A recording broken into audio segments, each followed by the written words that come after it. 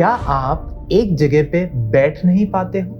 क्या आपको अपनी स्टडीज में और अपने ऑफिस के वर्क में फोकस करने में प्रॉब्लम होती है? क्या आप चीजों से जल्दी बोर हो जाते हो, चाहे वो आपका करियर हो या रिलेशनशिप हो?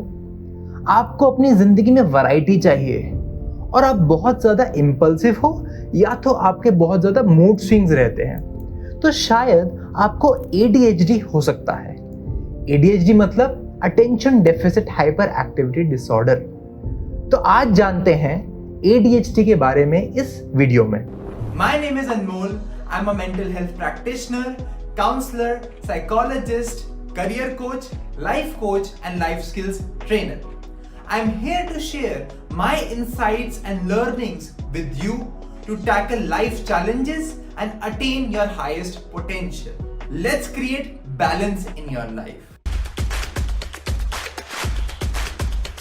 हाय everyone, welcome to my channel ask life with Anmol, जहां पे हम बातें करते हैं साइकोलॉजी की, करियर की, रिलेशनशिप्स की। आज का टॉपिक और ये वीडियो कंटिन्यूएशन है हमारी सीरीज का मेंटल हेल्थ डिसऑर्डर्स पे।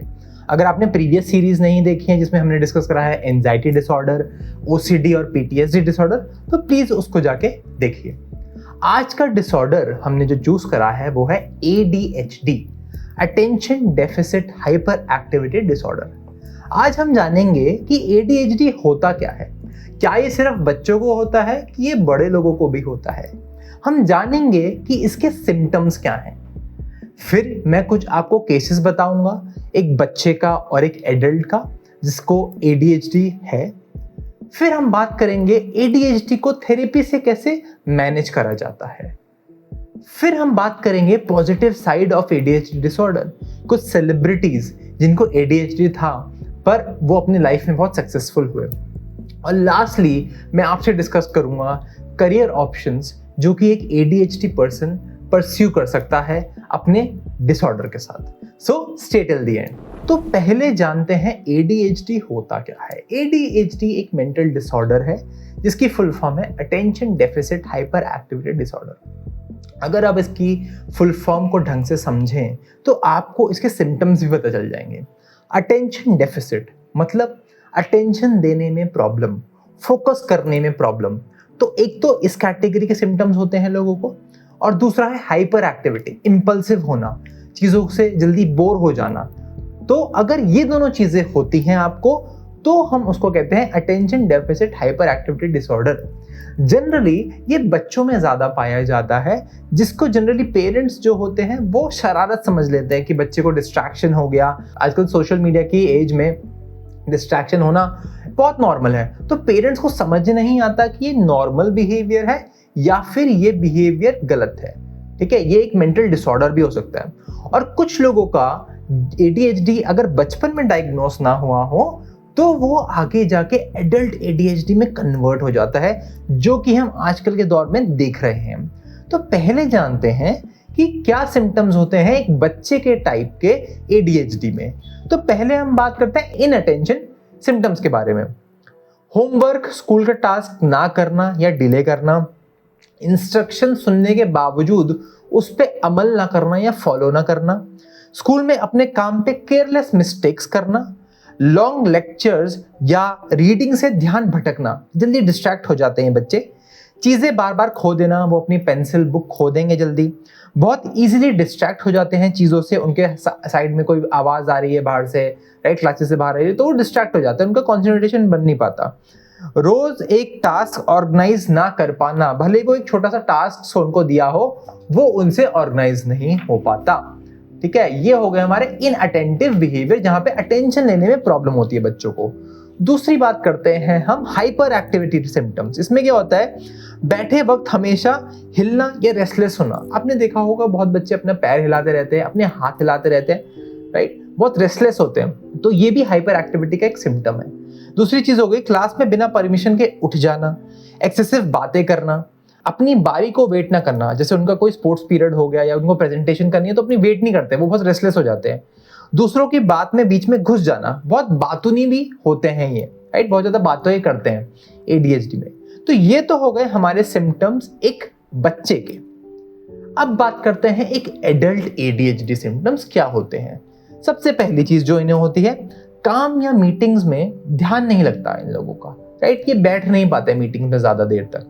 डेली रूटीन या टाइम मैनेजमेंट में प्रॉब्लम, इनको कोई टास्क देता है इनका बॉस, तो वो इनसे मैनेज नहीं होता। ये हमेशा लास्ट मोमेंट पे टास्क को खत्म करना फेवर करते हैं।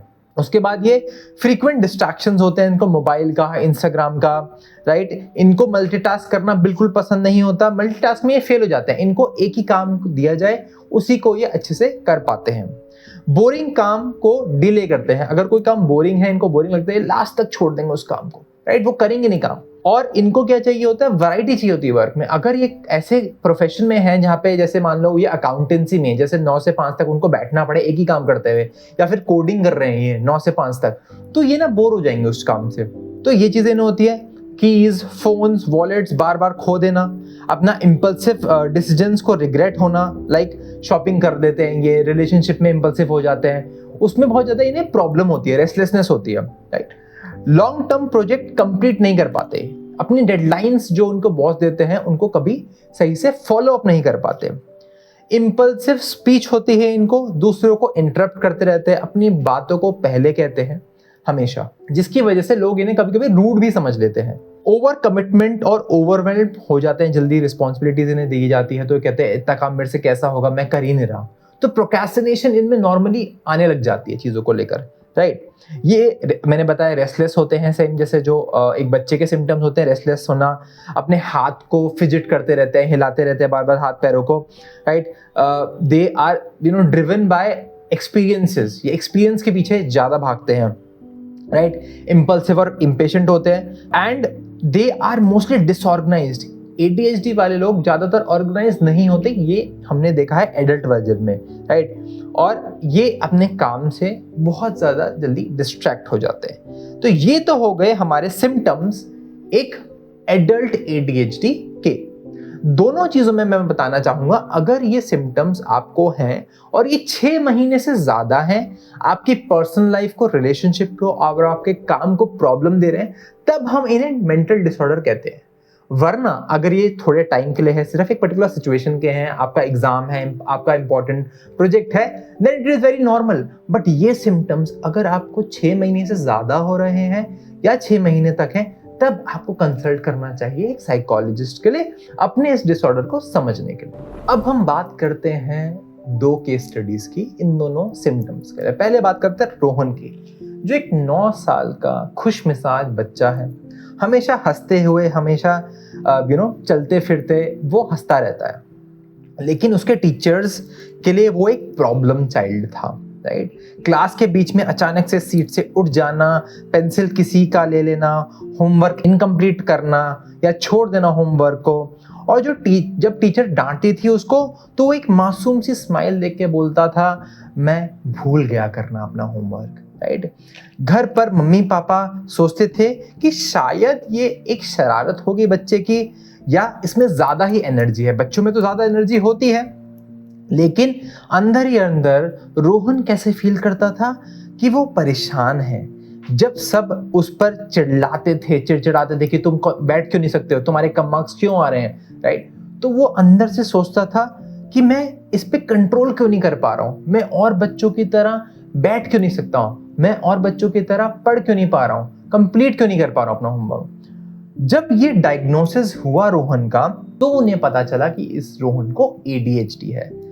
रोहन की थेरेपी शुरू हुई, टीचर्स को ट्रेनिंग दी गई कि रोहन को कैसे ट्रीट करें, मम्मी पापा को सिखाया गया कि एक सिम्टम्स क्या होते हैं, आपको कैसे कंट्रोल करने हैं।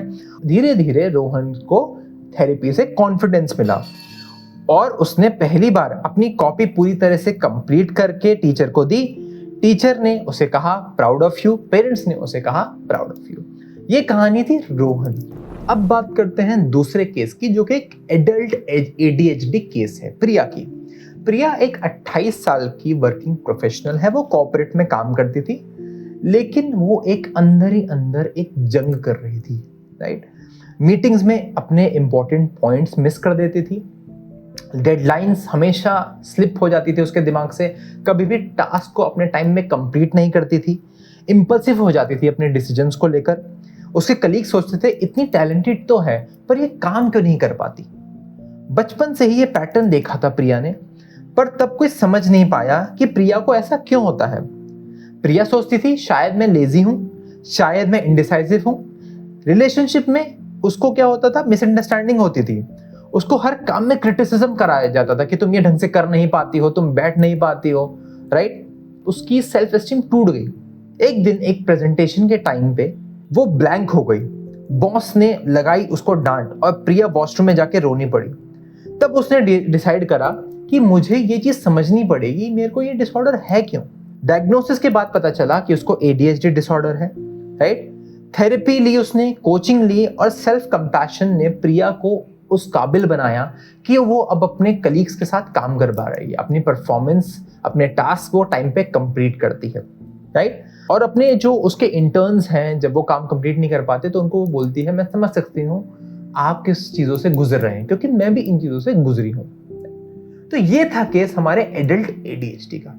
अब आप अपने सिम्टम्स समझ गए होंगे, राइट। और आपने केस स्टडीज के थ्रू अगर आपने इनको रिलेट करा तो अब हम जानते हैं कुछ थेरेपी टेक्निक्स मैं आपको बताऊंगा जो आपको अप्लाई करनी है अपने, अगर आपको कुछ भी सिम्टम्स आ रहे हैं ADHD के, उसको कम कैसे करा जाए। सबसे पहली चीज जो आपने करनी है वो है स्ट्रक्चर्ड रूटीन। आपको सोना सेम टाइम पे जाना है, आपको खाना सेम टाइम पे खाना है, आपको काम सेम टाइम पे करना है। जितना स्ट्रक्चर आपके लाइफ में आ सके उतना आपके लिए अच्छा है, राइट। अगर एक साथ नहीं हो सकता कोई प्रॉब्लम नहीं है। अगर आप मानिए आज 8 बजे उठते हैं सुबह, आप अगले हफ्ते से 7:30 बजे उठना स्टार्ट कर दीजिए, उसके अगले हफ्ते 7 बजे उठना स्टार्ट कर दीजिए, बट उसको स्ट्रक्चर में लेके आइए, अपनी जिंदगी में रूटीन लेके आइए। डेली टास्क का शेड्यूल बनाइए, राइट। आप टू डू लिस्ट बना सकते हैं कि आज मुझे ये करना है, आज मुझे वो करना है। आपके लिए शेड्यूलिंग बहुत हेल्प करती है। इससे पता चलेगा आपको कि ये क्या प्रायोरिटाइजेशन है, राइट, मेरे टास्क की। हमने एक टाइम मैनेजमेंट की वीडियो बनाई है, अपने टाइम को कैसे मैनेज करा जाए, वो भी आप दे सकते हैं। हमने उसमें कुछ टूल्स दिए गए हैं जिसको यूज करके आप अपना टाइम मैनेज कर पाएंगे और शेड्यूलिंग के लिए हेल्प करेगा। दूसरी चीज है जो आपको करनी चाहिए, डिस्ट्रैक्शन फ्री एनवायरनमेंट। आपके आसपास जब आप काम कर रहे हो कोई, तो अपने पास फोन मत रखिए, या फिर अपने फोन को साइलेंट कर दीजिए या डू नॉट डिस्टर्ब मोड पे चले जाइए जब आपको कोई इंपॉर्टेंट टास्क करना हो, राइट। दूसरी चीज जो आप कर सकते हैं, कोई इंपॉर्टेंट टास्क चल रहा हो तो आप बता दें अपने घर वालों को या अपने एम्प्लॉयज को कि मुझे इस टाइम पे डिस्टर्ब मत करो, राइट। तो आपको डिस्ट्रैक्शन फ्री एनवायरनमेंट क्रिएट करना है। तीसरी चीज जो आपने करनी है वो है टास्क ब्रेक डाउन। क्योंकि मैंने बताया ADHD में क्या होता है, मेरे को छोटे से छोटा टास्क बहुत बड़ा लगने लगेगा। मान लीजिए आपको जिम जाना है, अब 1 घंटे जिम कौन जाए, बहुत बोरिंग होता है, राइट, बहुत हार्ड फील होता है। बट उसको मैं अगर ब्रेक कर दूं टास्क को, राइट, कि मुझे 1 घंटे जिम नहीं जाना, मुझे सिर्फ 20 मिनट के लिए वॉक करनी है, 20 मिनट के लिए योगा करके आना है, या फिर 20 मिनट के लिए मैं राउंड लेके आ जाऊं अपने घर का, राइट, या 20 मिनट के लिए स्टेयर्स क्लाइंब कर दूं।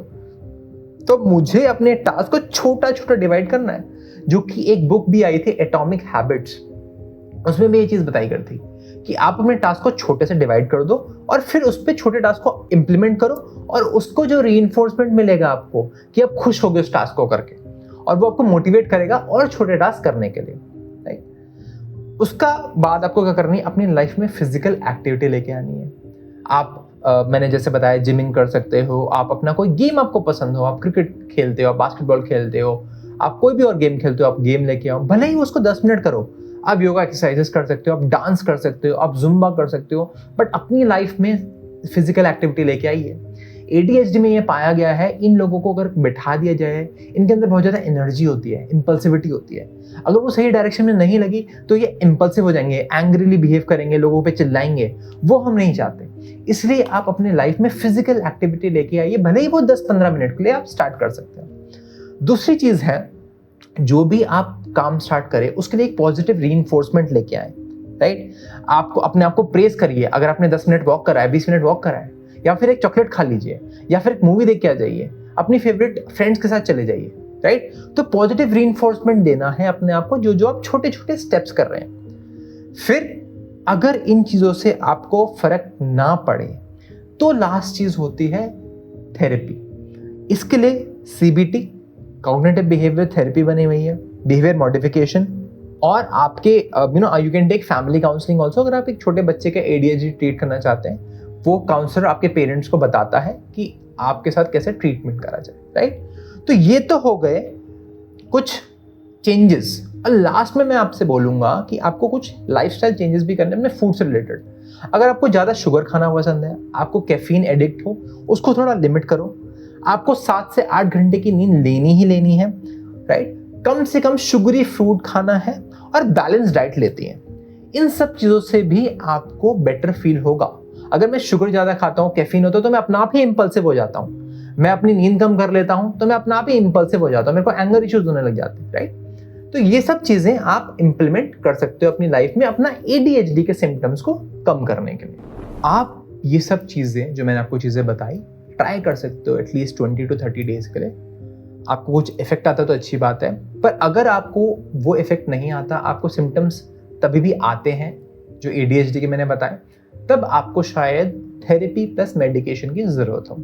मेडिकेशन के लिए आपको एक साइकेट्रिस्ट पे जाना पड़ेगा, राइट? जो कि आइदर स्टिमुलेंट्स मेडिसिन देता है या नॉन स्टिमुलेटिंग मेडिसिन देता है। जैसे कि मैंने बताया, मिथाइलफेनिडेट एक मेडिसिन होती है, एम्फेटामाइंस एक मेडिकेशन होता है, और नॉन स्टिमुलेंट्स में एटमोक्सेटाइन और गुएनफेसाइन, ये दोनों मेडिकेशंस वो कर सकता है, राइट? और साइकोथेरेपी मैंने बताया, आपको एक क्लिनिकल साइकोलॉजिस्ट या काउंसलिंग साइकोलॉजिस्ट के पास जाना पड़ेगा।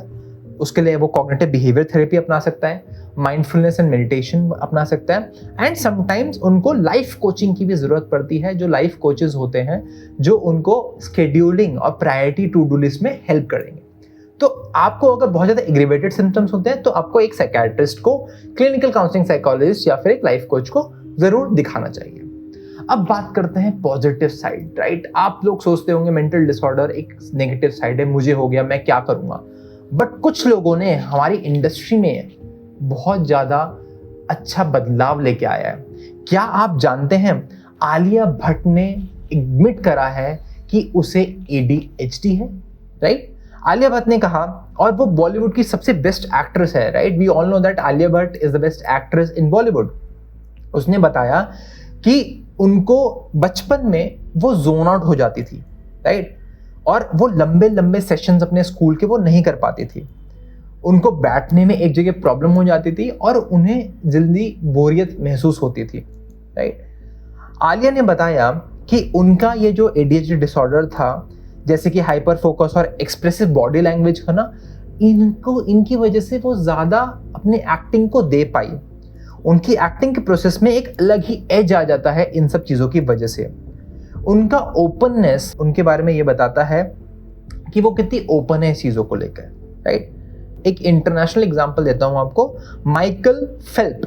सो माइकल फेल्प को डॉक्टर ने 9 साल में बता दिया कि उनको ADHD है। वो बहुत ज़्यादा हाइपर एक्टिव रहते थे, राइट? बट उसके बाद जाके उन्होंने क्या कहा कि स्कूल में वो बहुत फिजिट करते थे, डिसिप्लिन में स्ट्रगल करते थे, राइट?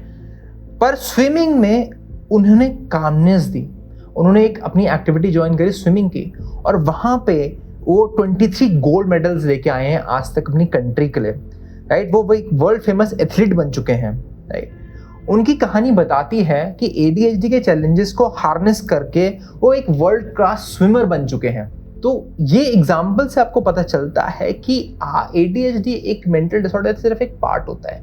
उसके अलावा भी अगर आप उसको सही डायरेक्शन दो थेरेपी और मेडिकेशंस के थ्रू, तो आप सही चीज़ों में उसको डायरेक्शन में लगा सकते हो।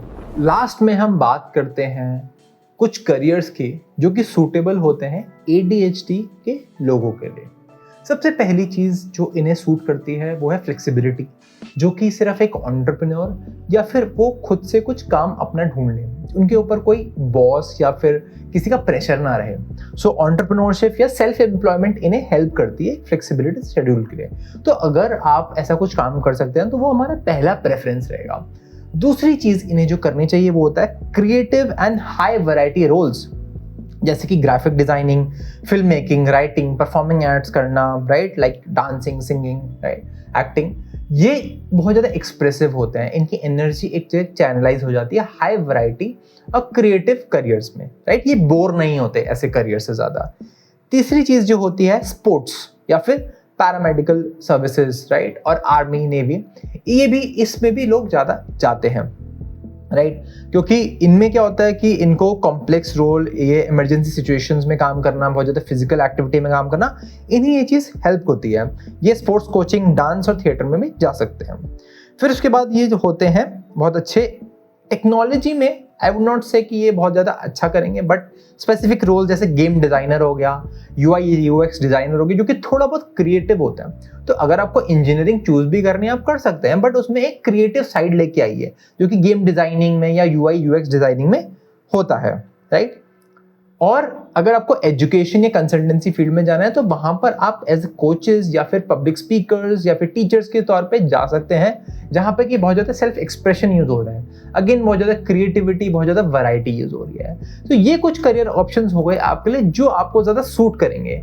कुछ ऑप्शंस जैसे मैंने आपको बताया बिल्कुल नहीं करने चाहिए आपको, जो कि आपको बैठने वाली जॉब मिले, सेम ही टास्क मिले, जैसे कि कोडिंग हो गया, जैसे कि आपका फाइनेंस रिलेटेड थिंग्स हो गई, राइट, या फिर क्लरिकल वर्क हो गया। ये आपको बिल्कुल भी सूट नहीं करेगी, क्योंकि ना इनमें क्रिएटिविटी है ना इनमें वैरायटी ऑफ वर्क है। ये दोनों वैल्यूज आपको चाहिए होती हैं अपनी लाइफ में। आई होप आज की वीडियो से आपको ADHD मतलब attention deficit hyper activity mental disorder के बारे में समझ आया होगा। ADHD होना कोई फ्लॉ नहीं है, ये कोई पर्सनालिटी का प्रॉब्लम नहीं है, ये बहुत से लोगों को होता है and it is very normal, चाहे आपको बचपन में हुआ हो चाहे आपको बड़े होकर हुआ हो, राइट, जो मैंने दोनों समझाए। बट अगर ये आपकी करियर में, आपके रिलेशनशिप में प्रॉब्लम हो दे रहा है तो आप थेरेपी और मेडिकेशन ट्राई कर सकते हैं। मेरा ये मकसद है इस वीडियो को बनाने का कि आप अवेयर हो पाएं अपने सिम्टम्स के बारे में, राइट, और जो मैंने टेक्निक्स बताई आप उसको इम्प्लीमेंट करिए और देखिए आपकी लाइफ में क्या चेंजेस आते हैं। और कोई डिसऑर्डर के बारे में आप जानना चाहते हैं प्लीज़ कमेंट करिए उस डिसऑर्डर के बारे में, शेयर करिए इस वीडियो को अपने फ्रेंड्स और फैमिली मेम्बर्स के साथ ताकि उनकी मेंटल हेल्थ अवेयरनेस बढ़े। लाइक करिए इस वीडियो को और सब्सक्राइब करिए मेरे चैनल को ask life with Anmol to get more updates about psychology, career and relationship. खुश रहिए और ग्रो करते रहिए।